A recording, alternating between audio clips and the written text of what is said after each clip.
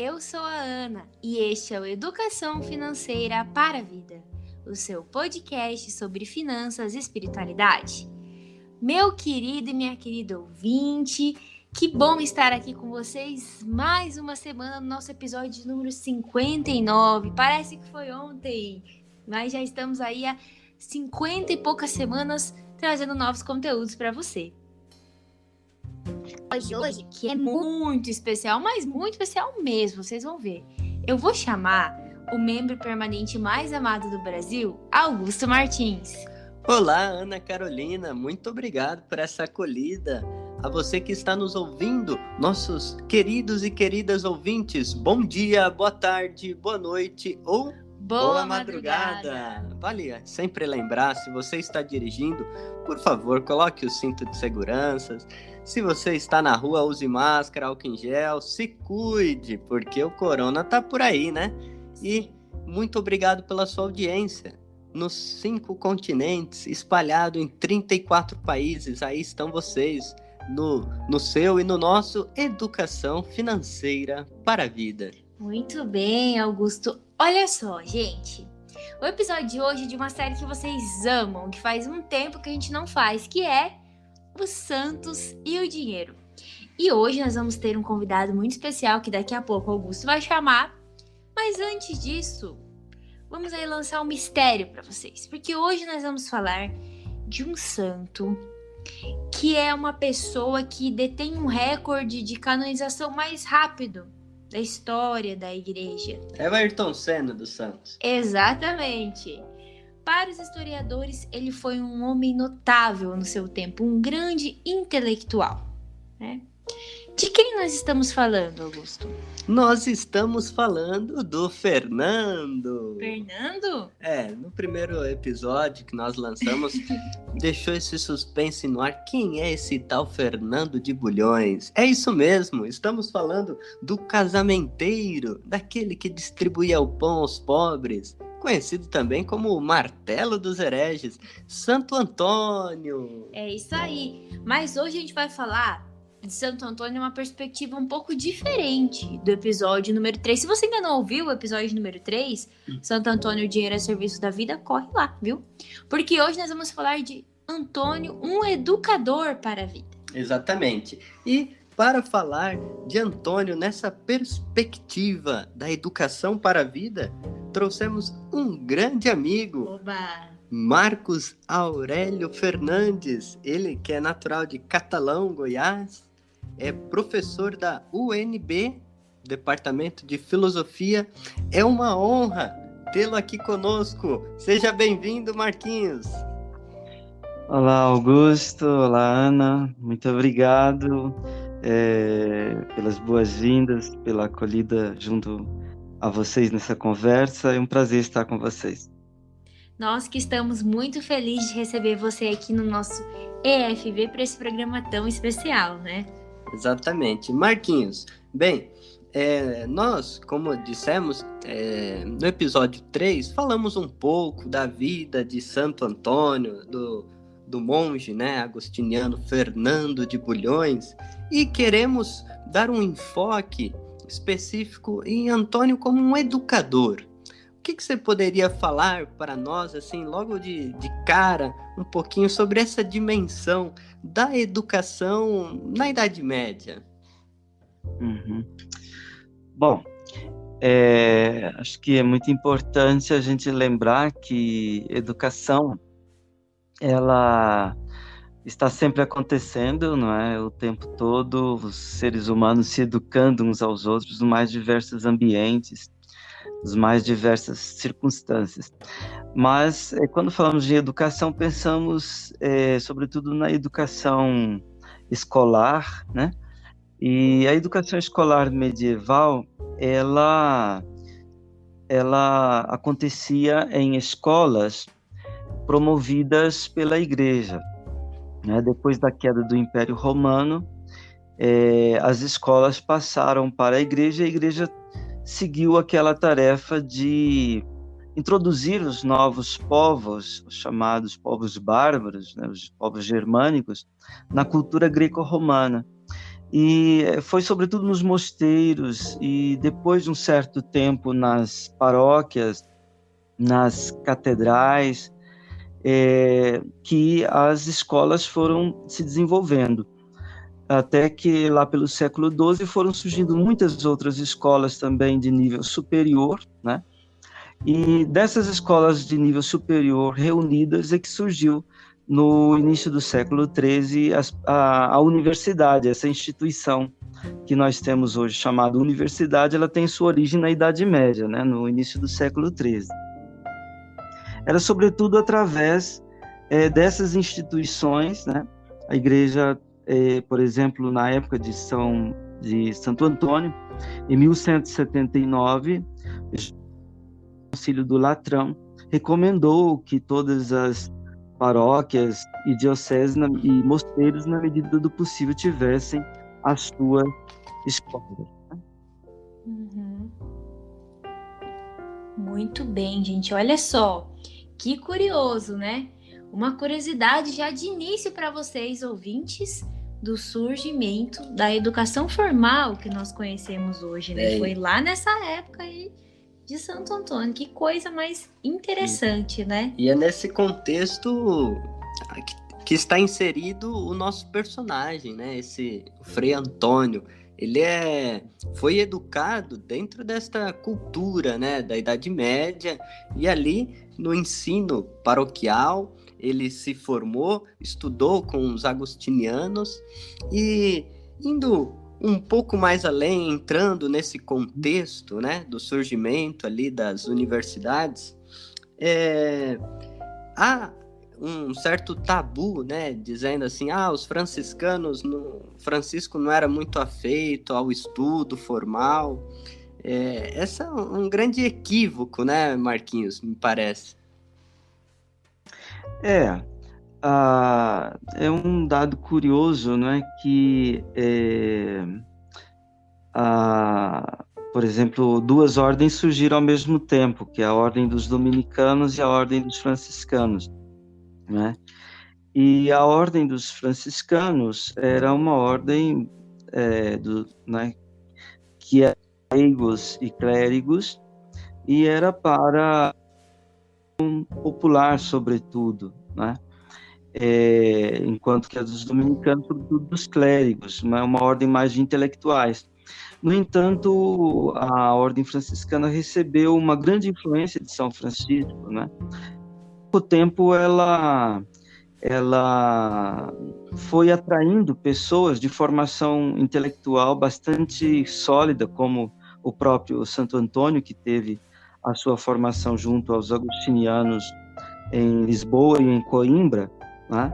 E, de início, São Francisco tinha certas reticências, né? Certas hesitações, mas depois de Santo Antônio, o Antônio provou que era possível, né, que os estudos conciliassem bem com a espiritualidade, com a mística franciscana, e que podia haver, digamos assim, frades dedicados ao trabalho intelectual que não se afastassem do espírito de oração, do espírito do evangelho, do trabalho simples, manual, e também da proximidade com o povo. Então, esta, digamos assim, abertura da Ordem Franciscana para os estudos deve, em certa medida, ao trabalho de Santo Antônio por Bolonha, e depois em outros lugares no norte da Itália. Olha que bacana, né? Os nossos queridos e queridas ouvintes. Antônio, portanto, ele sintetiza a possibilidade de uma evangelização popular. É muito interessante como esse doutor da igreja, né, depois declarado em 1946, e conhecido pelos pobres, né, com uma linguagem acessível, que era característica da sua pregação. É bacana também, Marquinhos, como que Antônio, ele se torna paradigma daquilo que dizia Francisco de Assis, né? Nos louvores às virtudes, a rainha sabedoria com a sua irmã, a pura e santa simplicidade. Ele tinha a sabedoria e mantinha a sua simplicidade, né? Isso mesmo, essa né, entre a sabedoria mais elevada e a simplicidade mais humilde, mais próxima, né, terra a terra, digamos assim, da vida humana. Isso Santo Antônio conseguiu fazer essa síntese muito bem, né? Antônio, ele teve, depois de um certo tempo vivendo no eremitério e tal, quando ele foi descoberto com todo o seu talento, ele foi professor, né? E ele foi escrevendo toda uma obra chamada Obra dos Sermões, né? A obra do comentário aos Evangelhos. Então nós temos assim toda uma literatura muito rica, escrita pelo próprio Santo Antônio dos Sermões, da obra dos Sermões. E essas obras dos sermões são um pouco diversas daquelas pregações que ele fazia para o povo, né? Essas estudadas para os pregadores estudarem e se prepararem, né? Então ele tem tanto uma obra como essa de alta erudição, de uma alta de um grande saber, mas aquela atuação, digamos assim, quase teatral, digamos assim, da pregação popular, né? Havia naquele tempo dois tipos de arte, né? Dicandi, a arte de pregar, e a ars concionandi, que é uma arte de falar ao povo. Quem fala do alto para baixo, mas quem fala com o povo a partir do meio chão do povo, digamos assim. E Antônio conseguiu lidar com as duas artes com muita maestria, digamos assim. Nossa, isso é algo muito importante. Eu quero que vocês, ouvintes, gravem muito bem, né? Porque Antônio, ao mesmo tempo que foi um grande doutor da igreja, porque era muito inteligente, né? Uma pessoa intelectual, que estudou muito, né, antes de entrar para a ordem franciscana, ele era um grande pregador e que falava com os pobres e para com eles, a partir da realidade deles, e também atuando, né, em várias ações evangélicas, como a gente falou lá no episódio 3, né? Mas o interessante que a gente queria destacar aqui é que esse ensino dele enquanto professor ali dos freios começou há muito tempo, né? Há 800 anos. Esse ano completou do encontro dele com São Francisco no chamado Capítulo das Esteiras. Não Exatamente. Foi isso, Augusto? E nesse contexto, o Marquinhos pode comentar e explicar um pouco mais.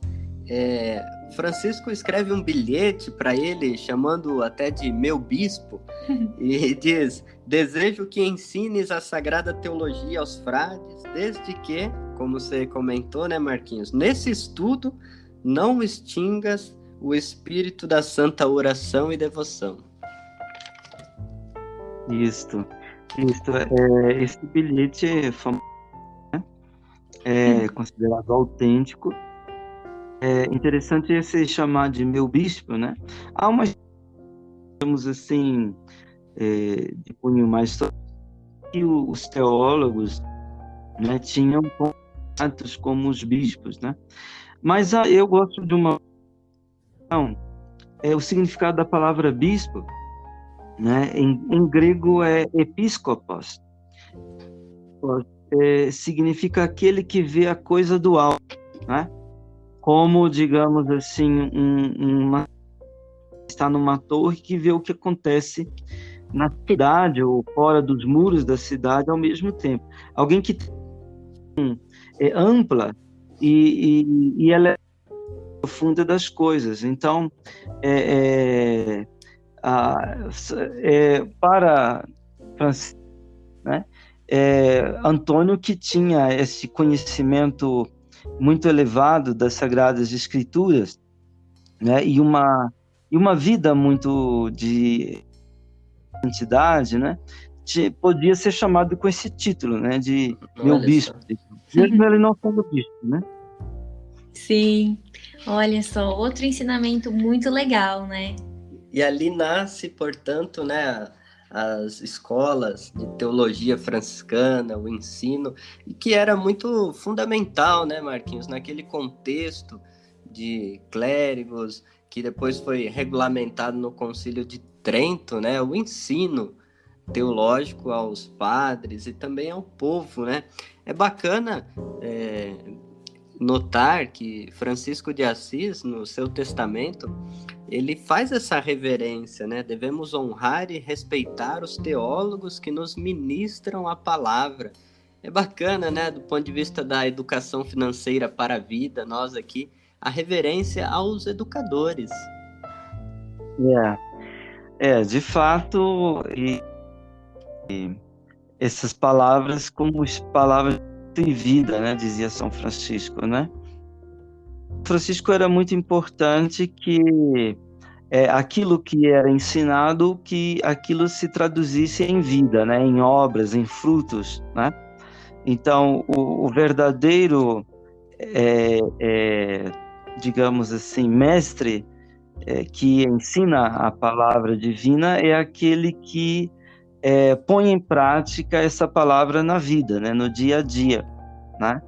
E Antônio era alguém que tinha isso, né? Sim, inclusive, como a gente comentou, essa intelectualidade dele, a inteligência dele, né, o fato dele ser um mestre ali dos freis não o afastava da vida com o povo, e parece que ele ensinava ainda mais como falar. Ele tinha esse dom de falar com as pessoas, e aí tem toda essa questão do contexto, né, em que Antônio vivia, que eu queria que o Marquinhos comentasse um pouco sobre a questão política, né? A corrupção, como era a vida do povo ali e como Antônio atuava. Ele, enquanto um educador para a vida, ele denunciava as injustiças sociais de sua época, tem a relação com os usurários, né? É bacana essa dimensão que você falou, Marquinhos, uma educação para a vida que traduz em vida digna para aquele povo, né? Exatamente. Tem uma vida de Santo Antônio, escrita em 1231, pouco depois, chamada Legenda Assídua, ou Vita Prima, e que diz, em poucas palavras, qual era a ação, né, de Santo Antônio. Uma primeira coisa que diz assim, em latim, discordantes ad fraternam patem revocabat, isto é, ele chamava de volta, né, os que estavam em discórdia para a paz fraterna, né? A questão da paz entre aqueles que lutavam. E na Itália, já naquele tempo, havia uma guerra, né, muito constante de belinos, né, entre os partidários do imperador e os partidários do Papa, até depois, na época de Dante Alighieri, ainda vai haver essas lutas. E ele lutou muito pela paz, o diálogo e a paz. Outra coisa que fala nesta legenda, que ele libertava os presos por dívida, né? Então ele intercedia junto às autoridades para que aquelas pessoas que ficaram presas por causa de suas dívidas recebessem a liberdade, né?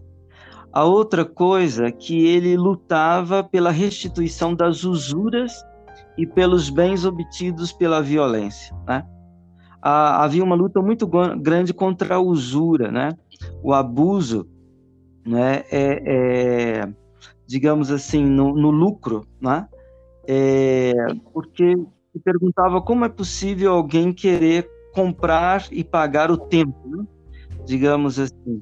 Então, aqueles que eram vítimas das usuras e também que tinham seus bens obtidos, que eram destituídos de seus bens por violência, também Antônio lutava por eles. E a outra coisa que falava é que ele trabalhava junto aos ladrões, né, para que eles abandonassem esta vida do crime e começassem a trabalhar honestamente para ganhar o pão de cada dia. Então, são as linhas de ações, digamos assim, que Antônio tinha na sociedade nosso tempo, né? Olha que interessante, gente. Ouvintes, uma maneira de ensinar educação financeira, né? Olha só, uma maneira ética, né, de conquistar o seu pão através de algo digno, além da questão da usura, é claro, né, que Antônio combateu, como o Marquinhos citou, e lutou para que tivessem leis que soltassem as pessoas que foram presas, né, devido ao não pagamento desses juros da usura, né, dos usurários. Era algo muito forte naquele tempo.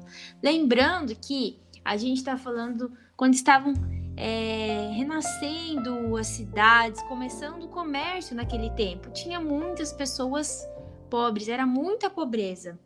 E Antônio sempre convidava a todas as pessoas a pensar o que era a verdadeira riqueza. Tem até um trecho aqui dos Sermões que diz: ó ricos, tornai-vos amigos dos pobres, acolhei-os em vossas casas. Serão eles os pobres que vos acolherão nos tabernáculos eternos, onde existe a beleza da paz, a confiança, a segurança e a copiosa calma da saciedade eterna. Então, uma instrução muito preciosa para hoje, com graves desequilíbrios econômicos que a gente tem. Milhões de pessoas endividadas, a gente falou da questão da usura, o desemprego que está assolando a nossa sociedade, sem falar da pandemia, mas é algo muito atual a mensagem de Antônio, né? Exatamente, a pandemia escancarou essa desigualdade social e, como diz o Papa Emérito Bento XVI, na sua carta Carita in Veritate, a economia tem necessidade da ética. É muito interessante, né, Marquinhos, como que a mensagem de Santo Antônio, um santo tão popular, ela se faz presente e necessária nos dias de hoje, né? Eu gosto muito de lembrar que economia é uma palavra que começa com oikos, em grego, que significa casa, né? Então, o nomos da casa, quer dizer, é a condução, a distribuição dos recursos da casa, né? A casa, então, inicialmente a economia era a administração doméstica, né? Mas depois, na sociedade de mercado, né? A nossa casa é todo o planeta hoje, né? Então, a economia, ela se conjuga bem com a ecologia e com o ecumenismo, no sentido assim, de que o cuidado com os recursos materiais, com a questão da distribuição dos bens, né, etc., isso tem que vir junto com o cuidado pela natureza, pelo planeta, né, pela vida, e vir junto também com uma integração dos povos. O ecumenismo não é só diálogo entre religiões, né? O ecumênio também é uma palavra que significa casa, né? Os povos que se unem, né, em torno de um ideal de humanidade, digamos assim, né? E a ética é justamente... a ética é muito mais do que uma questão de honestidade, de seguir normas, deveres, né? Ética é, digamos assim, é o homem viver, habitar a terra de uma maneira tal que ele transforme a terra como um lugar acolhedor de paz, de vida, né, de saúde para todo mundo, né? Então, esse ideal é mais do que nunca atual, né, para os nossos dias. Olha só que bacana, né? Sim. Isso toca o nosso coração, a pele, né, de cada um de nós que estamos ouvindo, como uma urgência, uma vocação, um chamado, né, para construir essa nossa casa comum.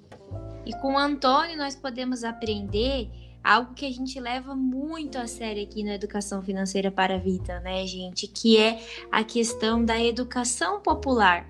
Então, ele era, assim, uma pessoa muito inteligente, ensinava teologia para os freis, escreveu o sermão, que é os Sermões, né, que são um livro gigantesco, com ensinamentos para quem, né, para os pregadores, essa reflexão sobre as escrituras, sobre o evangelho, mas ele também falava com o povo. Tem relatos que diz que milhares de pessoas, 30 mil pessoas ouvindo falar e ninguém ouvia barulho nenhum.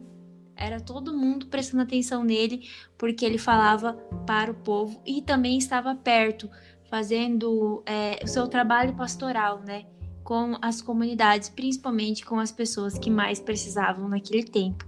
Então, isso é algo que a gente leva muito a sério aqui. É por isso que existe a FV, né, Augusto? Bem dizer. Exatamente. Né? É o resumo da FV ali. Aprendemos com o Antônio hoje, muito. A gente se inspira, né, nesses grandes homens e mulheres para dar continuidade a essa grandiosa missão que é a construção do reino de Deus. E falando, né, dessa pregação de Antônio, Marquinhos, vale destacar que a pregação franciscana, da teologia franciscana, tem Cristo no centro, né? A humanidade de Deus, Jesus de Nazaré. Por isso que é tão próxima e tem uma ressonância maior para com a vida do povo, né? Acho que é bacana a gente destacar isso, né? Exatamente, né? Isso é uma, digamos, muito forte de São Francisco, né? Porque havia na Idade Média, no século XII, por ali, né? Uma tensão muito grande na sociedade. Havia o Cristo, digamos, juiz, o Cristo imperador, né? Do lado dos que dominavam a sociedade, e havia o Cristo dos pobres, o Cristo humilde. E havia uma tensão muito grande. Então, São Francisco foi aquele que redescobriu, né, de uma maneira forte e radical, ao mesmo tempo com muita ternura, essa questão da humanidade de Deus em Cristo. Então, o Cristo do presépio, o Cristo do pão da Eucaristia, o Cristo da cruz, né? E Santo Antônio, nos seus sermões, ele segue essa espiritualidade cristocêntrica, né? Centrada em Cristo, e o Cristo criança, né? Tem até a comum que nós vemos de Santo Antônio com o Cristo criança nos seus braços, né? Uma coisa interessante que no dia 13 de junho de 1231, quando Santo Antônio faleceu, um dado curioso é que foi brotando criança de tudo quanto é lugar e começou ao redor ali do corpo de Santo Antônio e a proclamar, né, o Padre Santo morreu, o Padre Santo morreu. Então foi um fenômeno que estranhou o povo daquele lugar, né? Isso das crianças. Então é o Cristo pequeno, o Cristo que se faz pão, né? O Cristo que se faz criança, misericordioso da cruz, né? Então ele levou isso na sua espiritualidade, né? E que é uma herança de São Francisco, né? Olha só, hein? Muito lindo. Nossa, emocionante, gente. Eu tô aqui emocionado mesmo. Eu também. Muito bonito. E pra gente finalizar, Marquinhos, e desde já agradecendo a sua participação aqui conosco, os nossos ouvintes pela atenção, né, pela sua audiência. É uma grande alegria, né, poder fazer esse bate-papo. Eu que ia em Brasília ter aulas contigo, futuramente quero levar minha esposa aí para conhecer aí Brasília e a gente fazer um passeio juntos. Queria das suas considerações finais. Eu comecei dizendo que ele é conhecido também como o martelo dos hereges, né? Essa coisa assim meio agressiva, mas a gente pode fazer uma interpretação, né? Hoje, gostaria que você comentasse sobre essas fake news, né? Porque um educador para a vida, o papel do ensino numa sociedade também é desfazer essas amarras, né? Dos rótulos, das fake news. Hoje a sociedade é assolada por esse mal, né? Que virou até uma indústria. Então, o Santo Antônio, ele pode também ser uma luz que ilumina essas realidades que são a confusão conceitual, que se propaga através dos meios de comunicação, né? Que são Acho que essa interpretação do martelo dos hereges poderia ser bem atual, né? É interessante porque ele adotava uma interpretação da Bíblia que era chamada de quadriga, né? As 4 sentidos, que a Bíblia tem um sentido histórico, literal, e depois tem 3 sentidos espirituais, né? O sentido alegórico, a edificação da fé, o sentido moral, que é a transformação dos costumes, dos costumes através da transformação interior do homem, e o sentido anagógico, que é a questão da vida eterna, digamos. E a ênfase de Santo Antônio era no sentido moral das Escrituras, né? Então ele faz até uma comparação naquele que fala da semente que cai na terra, depois espiga, depois o grão maduro. Ele vê esses 4 momentos como os 4 sentidos da Escritura.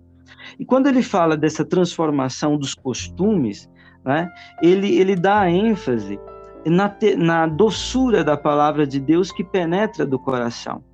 Então, o que transforma o homem não é tanto a pregação agressiva, né, discriminatória dos outros. O que conquista o ser humano é a bondade, é a doçura, né, é a ternura da bondade. Então, e Santo Antônio conquistava essas pessoas muito mais pela ternura do que propriamente por outras estratégias, digamos assim, né? E, de fato, né, nós vivemos num tempo em que muita gente que tem o poder não tem a mínimo pudor em relação a mentir e a criar mentiras, nem diria fake news, né? Eu diria mentiras mesmo, porque são mentiras que constantemente são veiculadas todos os dias, né? E que nos meios de comunicação social, né, nas redes sociais, né? Então a verdade com o amor, né? A justiça com a paz, esse é o reino de Deus, né? Hoje em dia, né, a verdade e o amor não se falam, a justiça e a paz não se encontram, né? Então, o reino de Deus é quando essas coisas se encontram, a verdade, amor, justiça e paz, né? É isso que Santo Antônio trouxe, né? Maravilha, olha, mensagem forte aí para o final e muito bonita. Muito obrigado, viu, Marquinhos? Desde já a gente quer agradecer mais uma vez a sua participação aqui no nosso podcast de hoje, muito especial, comemorativo de Santo Antônio. E agora você pode fazer suas considerações finais, fique à vontade.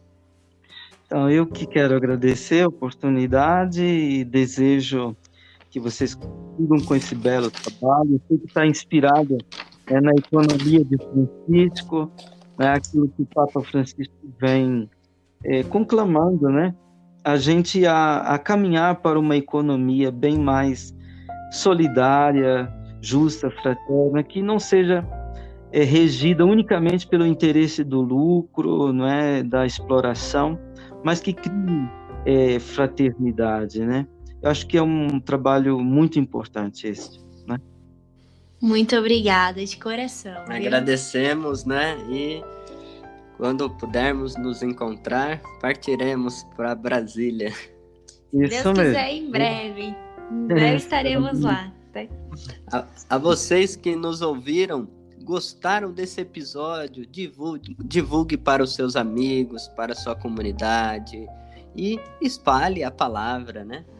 Sim, não se esqueça de compartilhar, além de escutar, né? Esse conhecimento tem que chegar às mais pessoas. E o beijo especial da semana, já que nós estamos falando com o Marquinhos, que é de Brasília, vai para os nossos ouvintes de Brasília. Um beijo especial do FV e lembre-se sempre: educação financeira é educação para a vida.